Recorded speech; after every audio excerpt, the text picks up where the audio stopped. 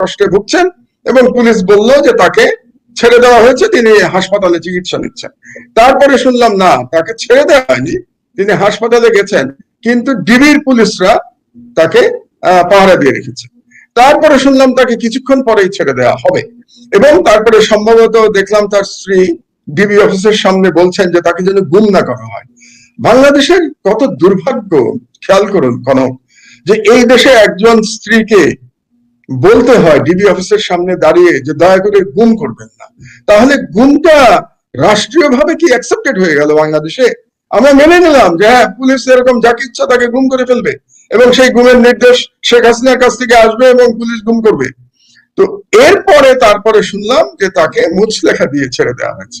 এখন আমার প্রশ্ন হলো, আইনের প্রশ্নে আসুন আপনি, যদি কারো বিরুদ্ধে নারী শিশু নির্যাতনের মামলা থাকে, তার মুচলেখা দেওয়ার সুযোগটা কোথায়? কি মুচলেখা দেবে? সে বলবে যে ভবিষ্যতে আমি আর কোনো নারী শিশু নির্যাতন করবো না, এই মুচলেখা, এই মুচলেখা ছেড়ে দেওয়ার কোনো সুযোগ কি পুলিশের আছে? আইন কি এরকম কোনো সুযোগ দেয়?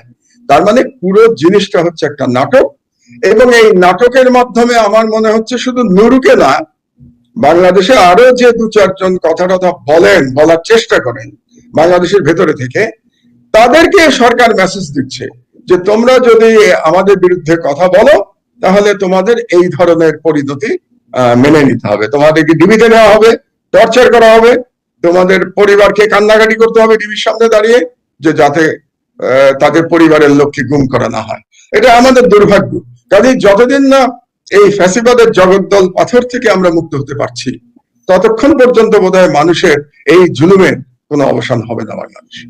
তবে আশা করি মোহাম্মদ ভাই, বাংলাদেশের মানুষ এতে ভীত সন্ত্রস্ত হবেন না, যার যার অবস্থান থেকে কথা বলবেন, প্রতিবাদ করবেন, এবং নিশ্চয়ই আমার সঙ্গে কথা বলতে চান তারাও নিশ্চয়ই আমার সঙ্গে কথা বলতে চোখ দেবেন, কারণ এটি দেশের জন্য, এটি একটি মুভমেন্ট, দেশের জন্য একটি আন্দোলন, গণতন্ত্রের জন্য মত প্রকাশের স্বাধীনতা ফিরিয়ে আনার আন্দোলন, এবং এই আন্দোলনে আপনাদের সবাইকে পাশে থাকতে হবে যার যার অবস্থান থেকে। আমাদের আজকে আপনার আমার দেশের একটি প্রধান শিরোনাম আপনি করেছেন যে আওয়ামী লীগের সিদ্ধান্তেই রাষ্ট্রীয়ভাবে বিচার বহির্ভূত হত্যাকাণ্ড। এই প্রসঙ্গে আমরা যাওয়ার আগে একটু আলোকপাত করতে চাই। আপনারা জানেন যে আল্লামা শফি সাহেব ইন্তেকাল করেন। মাহমুদ ভাই, আপনাকে স্বাগত জানাচ্ছি আজকের সরাসরি সম্প্রচারে। সালাম আলাইকুম। এবং আজকে এখন যারা লাইভে দেখছেন এবং পরবর্তী সময় এই অনুষ্ঠান দেখবেন, সবাইকে সালাম জানাচ্ছি, আসসালামু আলাইকুম। ধন্যবাদ মাহমুদ ভাই, আপনি অনেক ব্যস্ততার মধ্যে যোগ দিয়েছেন। প্রথমে আমি দর্শকদের বলতে চাই, মাহমুদ ভাইয়ের সঙ্গে গত লাইভের পরে অসংখ্য মানুষ আমার কাছে আমার দেশের ওয়েবসাইটের লিঙ্কটি জানতে চেয়েছেন, নতুন লিঙ্কটি। এটি আমি আমাদের চ্যাট ভার্সনে দিয়ে দিলাম। চ্যাটে আপনারা যারা দেখছেন তারা আমার দেশ .co.uk এই ঠিকানায় ঢুকে আমার দেশটি আপনারা পড়তে পারবেন, এবং আমি অনেকেই পার্সোনালি এই লিঙ্কটি দিয়েছি। বাংলাদেশের সত্যিকারের রূপ দেখতে হলে এখন আপনাকে আমার দেশটি নিয়মিত ফলো করতে হবে।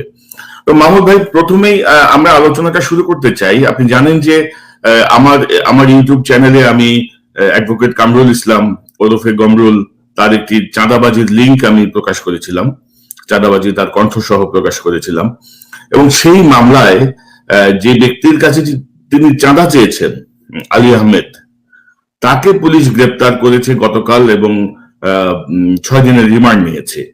মানে চোর চুরি করলো, যে চোর ধরাই দিল তার উপরে যে অ্যাকশন হচ্ছে, আপনি কি মনে করেন, কিভাবে দেখেন?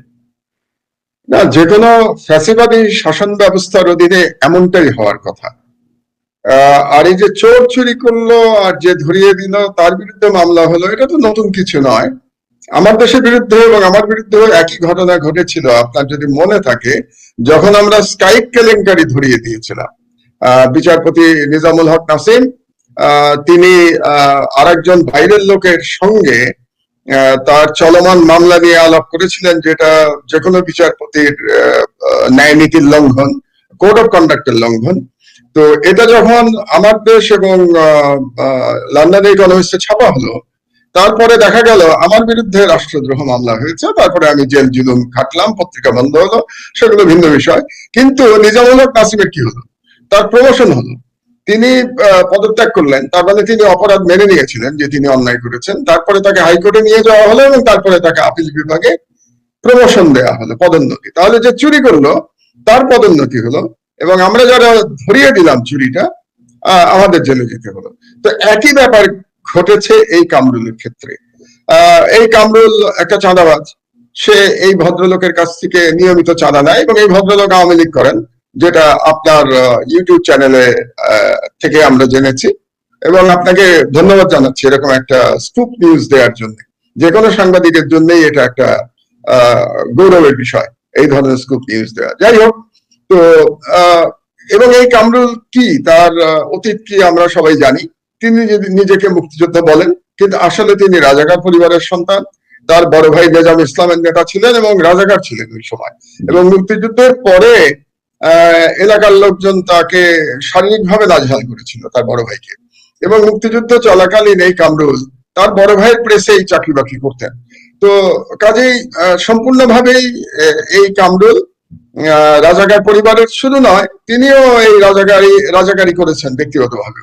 এবং আপনার হয়তো মনে আছে যে এরকম একটি সংবাদ আমার দেশে আমরা ছাপিয়েছিলাম, এবং ছাপানোর পরে কি হলো, তার বিরুদ্ধে তার পরিবার মামলা করলো। কিন্তু মজার বিষয় হচ্ছে, আমরা কিন্তু কামরুল সাহেবের যে বড় ভাই রাজাকার ছিলেন, তার স্ত্রীর সাক্ষাৎকার নিয়েছিলাম, এবং সেই সাক্ষাৎকারের টেপ আমাদের কাছে ছিল।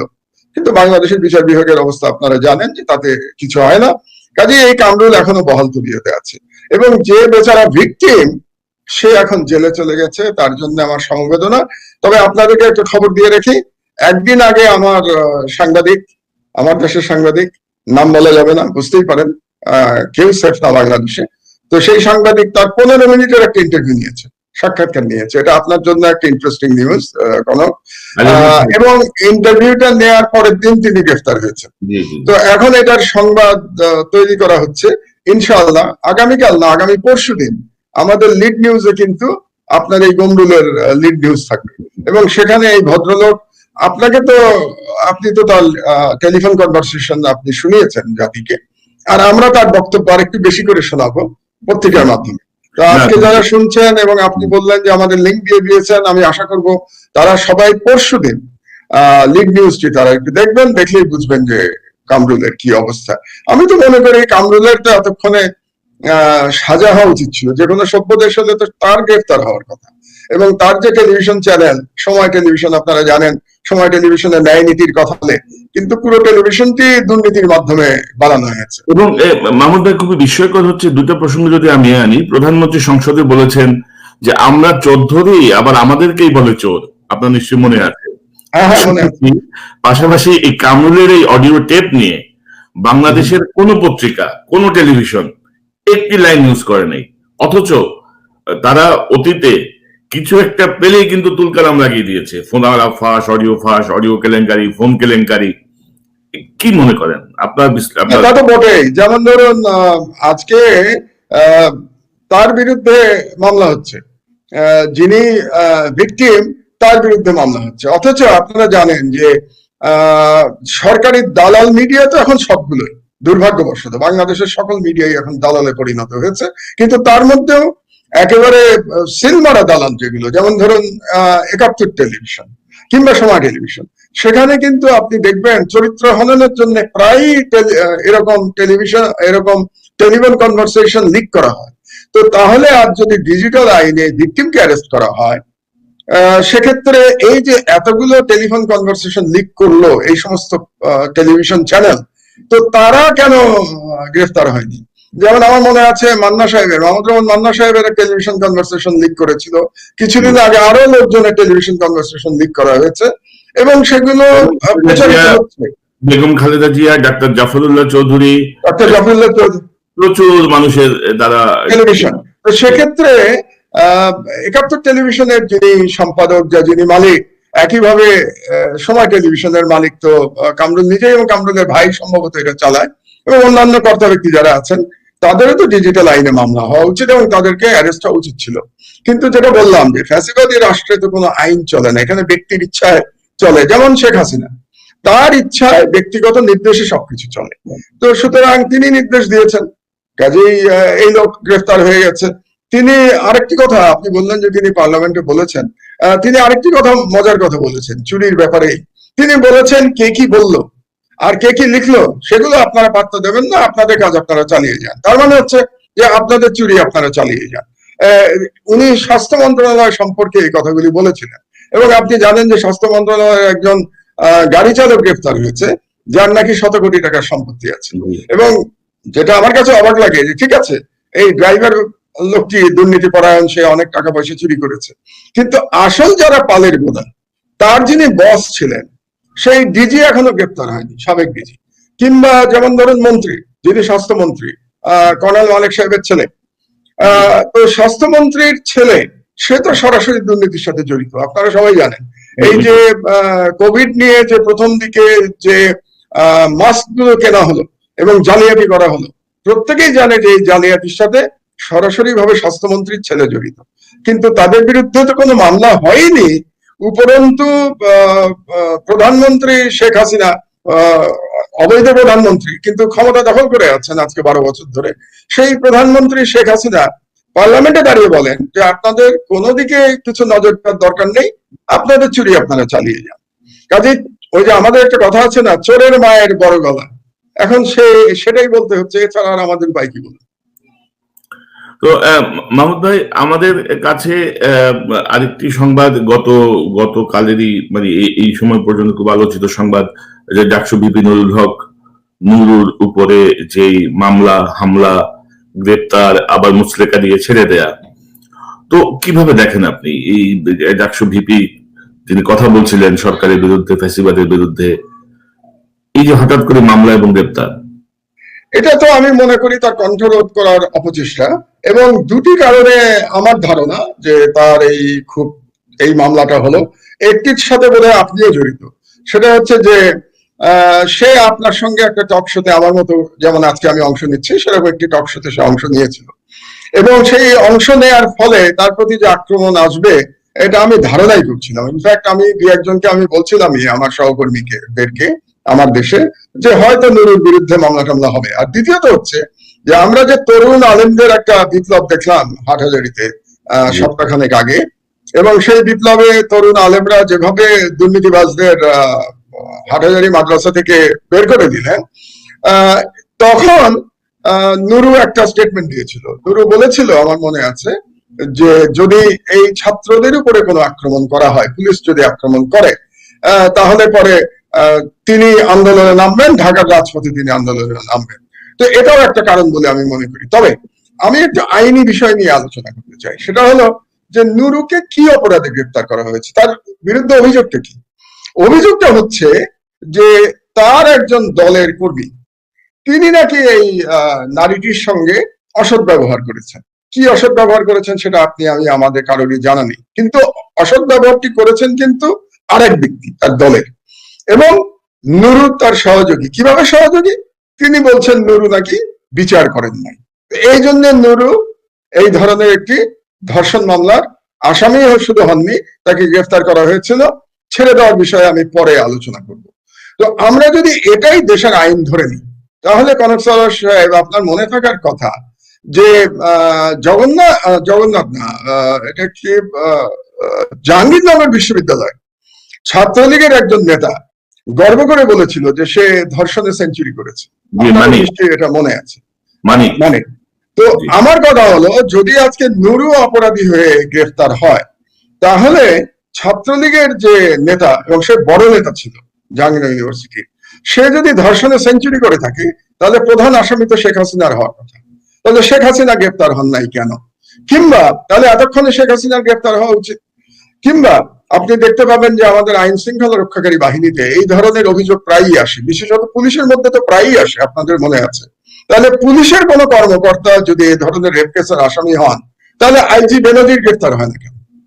কিংবা আপনাদের সেই তনু হত্যার কথা নিশ্চয়ই মনে আছে, যেটা ক্যান্টনমেন্টে ঘটেছিল, এটা কুমিল্লা ক্যান্টনমেন্টের ঘটনা, অনেক বছর আগে। সেটার কোনো বিচার টিচার আর হয়নি। একটা তনু নামে একটা মেয়ে ছিল, সে বোধহয় গানের শিক্ষকতা করে সংসার চালাতো। সেই মেয়েটাকে ক্যান্টনমেন্টের মধ্যে তাকে শুধু রেপ করা হয়নি, সম্ভবত তাকে রেপ করে মেরে ফেলা হয়েছিল, যদি আমি ঠিক মনে করি থাকি। তো সেক্ষেত্রে সেনাবাহিনী প্রধানের কেন, তার বিরুদ্ধে কেন মামলা হয়নি? তো এই প্রশ্নগুলো তো আজকে উঠবে এবং আমি আশা করি যে জনগণ এই প্রশ্নগুলো তুলবেন এবং আইনজীবীরা এই প্রশ্নগুলো তুলবেন যে এক দেশে তো দুরকম আইন চলতে পারে না। তো আমার মনে হয় এগুলো বলা উচিত। আর দ্বিতীয় যে কথাটি আমি বলতে চাচ্ছি আপনাদেরকে, সেটা হলো যে তাকে যে নিয়ে যে নাটক করা হলো কালকে রাতে, তাতেই তো বোঝা যায় যে বাংলাদেশে আর আইনের শাসন বলে কিছু নেই। তাকে কি করা হলো? প্রথমে আমরা শুনলাম, আমরা পত্রিকাতে নিউজ করতে পারছিলাম না, কোনো একবার এক এক নিউজ করছি, কি করব?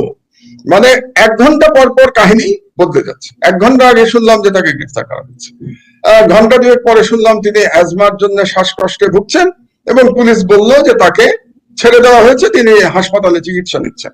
তারপরে শুনলাম না, তাকে ছেড়ে দেওয়া হয়নি, তিনি হাসপাতালে গেছেন, কিন্তু ডিবির পুলিশরা তাকে পাহারা দিয়ে রেখেছে।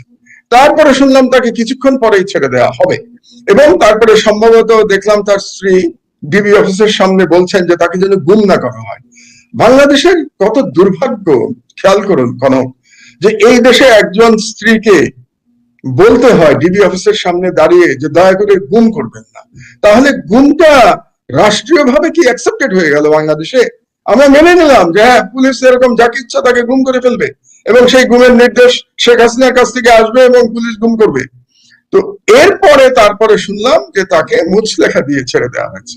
এখন আমার প্রশ্ন হল, আইনের প্রশ্নে আসুন আপনি, যদি কারো বিরুদ্ধে নারী শিশু নির্যাতনের মামলা থাকে, তার মুচলেখা দেওয়ার সুযোগটা কোথায়? কি মুচলেখা দেবে? সে বলবে যে ভবিষ্যতে আমি আর কোনো নারী শিশু নির্যাতন করবো না, এই মুচলেখায় ছেড়ে দেওয়ার কোনো সুযোগ কি পুলিশের আছে? আইন কি এরকম কোনো সুযোগ দেয়?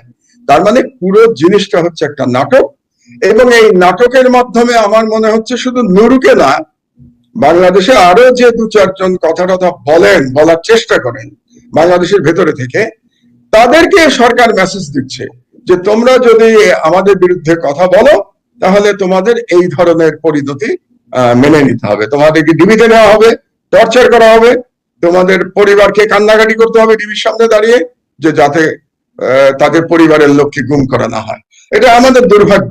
কাজেই যতদিন না এই ফ্যাসিবাদের জগদ্দল পাথর থেকে আমরা মুক্ত হতে পারছি, ততক্ষণ পর্যন্ত বোধহয় মানুষের এই জুলুমের কোনো অবসান হবে না বাংলাদেশে।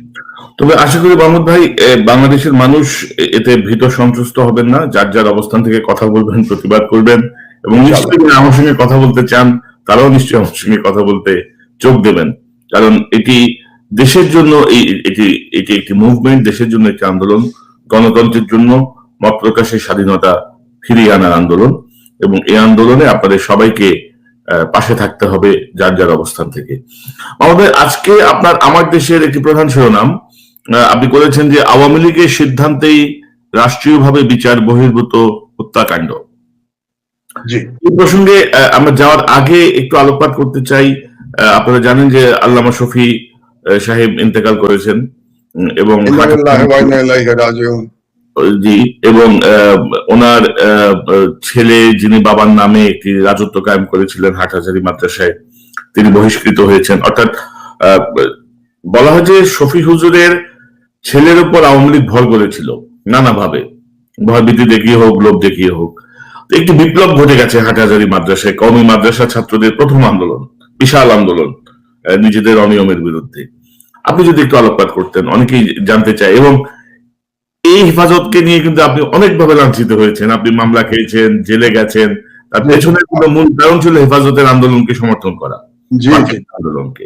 জি, দেখুন, হেফাজতের আন্দোলনটা কি ছিল আমাদেরকে আগে বুঝতে হবে। হেফাজতের আন্দোলনটা তৈরি হয়েছিল শাহবাগে একদল ইসলাম বিদ্বেষী ছেলে মেয়ে এবং যাদেরকে শেখ হাসিনা সমর্থন করছিলেন এবং ভারত রাষ্ট্রীয়ভাবে সমর্থন করছিল।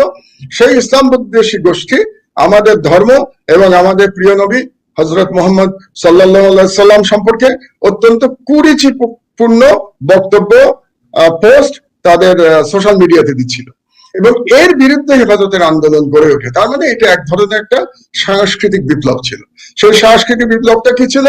যে আমরা বাঙালি মুসলমান, বাংলাদেশের 90% মানুষ বাঙালি মুসলমান, কাজেই আমাদের আইডেন্টিটি রক্ষার লড়াই ছিল সেটি। এবং সেই লড়াইতে হেফাজতে ইসলাম তখন এগিয়ে এসেছিল এবং আমি মরহুম আল্লামা শফিকে ধন্যবাদ জানাবো যে তিনি তখন সফলভাবে নেতৃত্ব দিতে পেরেছিলেন। বাংলাদেশে এক ধরনের একটা রেনেসা, ইসলামিক রেনেসার একটা পটভূমি তৈরি হয়েছিল সেই অবস্থায়। তারপরে আপনারা জানেন যে ওই মামলাকে কেন্দ্র করেই কিন্তু আমাকে গ্রেফতার করা হয়, এবং তারপরে আমি গ্রেফতার যখন ছিলাম সেই সময় শাপলা চত্বরে গণহত্যা চালানো হলো। এবং গণহত্যা চালানোর পরে এখানেই মরহুম শফি সাহেব ভুলটা করলেন যে তিনি যারা নিহত এবং যারা অত্যাচারিত তাদের পাশে না দাঁড়িয়ে যে কোনো কারণেই হোক তিনি চট্টগ্রামে ফিরে গেলেন ঢাকা থেকে, এবং তিনি শাপলা চত্বরে গেলেন না। এখান থেকেই ওনার ভুলটা শুরু হলো। এবং তার পরবর্তীতে এই বর্তমান ফ্যাসিবাদী সরকার, আপনি যেটা ইঙ্গিত করেছেন, টাকার বিনিময়ই হোক অথবা চাপ প্রয়োগ করেই হোক, তাকে নিয়ন্ত্রণ করতে সক্ষম হলো। এবং সেই নিয়ন্ত্রণে আমি ওনাকে দোষ দেই না এই কারণে, ওনার বয়সটা কিন্তু আমাদের বিবেচনা করতে হবে। উনি একজন, তখন বোধহয় ওনার প্রায় 95 বছর বয়স। 95 বছর যদি কমপক্ষে হয়ও, সেই পর্যন্ত সম্ভবত আল্লাহ আমাদের আয়ু রাখেন নাই। তো যদি রেখেও থাকেন, 95 বছর বয়সে কারো শারীরিক ভাবে দুর্বল তো বটেই, আমাদের মাথাও নিশ্চয়ই কাজ করবে না তখন। তো কাজে আমি মনে করি না যে শফি সাহেব গত কয়েক বছর ধরে আসলে তিনি কোনো সিদ্ধান্ত নিতে পেরেছেন। তাকে ঘিরে যে চক্রটি গড়ে উঠেছিল, যেই চক্রের মধ্যমণি ছিল তার দুর্নীতি পরায়ণ ছেলে আনাস মাদানি, সম্ভবত তার নাম, তাকে আমি চিনি না ব্যক্তিগতভাবে, আমি কখনো দেখিনি। আমি শফি হুজুরকে দেখেছি, কারণ আমি হাটহাজারী মাদ্রাসায় একবার গেছিলাম, তখনই শফি হুজুরের সাথে আমার একবারই দেখা হয়েছে। সেটা হেফাজত আন্দোলনে বহু আগের কথা, তার থেকে আরো 1 বছর আগের কথা, তখন হেফাজতের প্রশ্নই আসে না। এমনি আমি হাটহাজারীতে অন্য কাজে গেছিলাম, তো উনি একজন সম্মানিত মানুষ, আলেম মানুষ, তো আমার শ্রদ্ধা জানাতে গেছিলাম আমি তাকে। তো যাই হোক, তো এখানে আনাস মাদানি এবং আরো 2-4 জন বোধহয় আছে, তারা মিলে একটা চক্র গড়ে তুলেছিল। তো আমি কি বলে হাটহাজারী তরুণ আলেমদের আমি স্যালুট জানাই, তাদের ধন্যবাদ জানাই। তারা দেখিয়ে দিয়েছে যে তারুণ্যের শক্তির সামনে কোনো ফ্যাসিবাদী শক্তি টিকতে পারে না। আপনি দেখুন, তাদের কিন্তু ভয় পাওয়ার কথা ছিল, কারণ এই সরকার শাপলা চত্বরে যেভাবে গণহত্যা চালিয়েছিল, সেই গণহত্যার অভিজ্ঞতা তো আমাদের সামনে আছে। সেই অভিজ্ঞতা থাকা সত্ত্বেও এই তরুণ ছেলেরা জেগে উঠেছে, তারা তোয়াক্কা করেনি। আমি খবর পেয়েছি, আমার সংবাদদাতারা খবর দিয়েছে যে যখন তাদের আন্দোলন চলছিল, আপনি জানেন যে 2 দিন ধরে তাদের আন্দোলন চলে, এবং দ্বিতীয় দিন আল্লামা শফি সাহেব রাজি হন ওনার ছেলেকে বহিষ্কার করতে, এবং তারপরে এক সময় উনিও চলে যান, এবং তারপরে 1 দিনের পরে তিনি ইন্তেকাল করেন। তো যখন আন্দোলন চলছিল সেই মুহূর্তে বাইরে কিন্তু হাজার হাজার